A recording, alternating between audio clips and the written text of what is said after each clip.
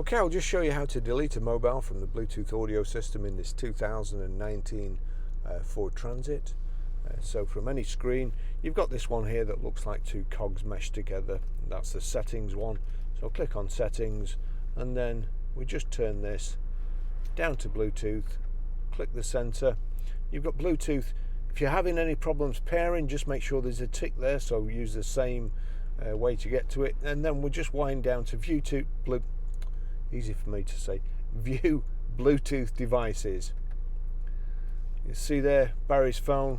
We go there, click on it, and you've got the choices: connect, delete, or device information. So we want to delete it. Click delete.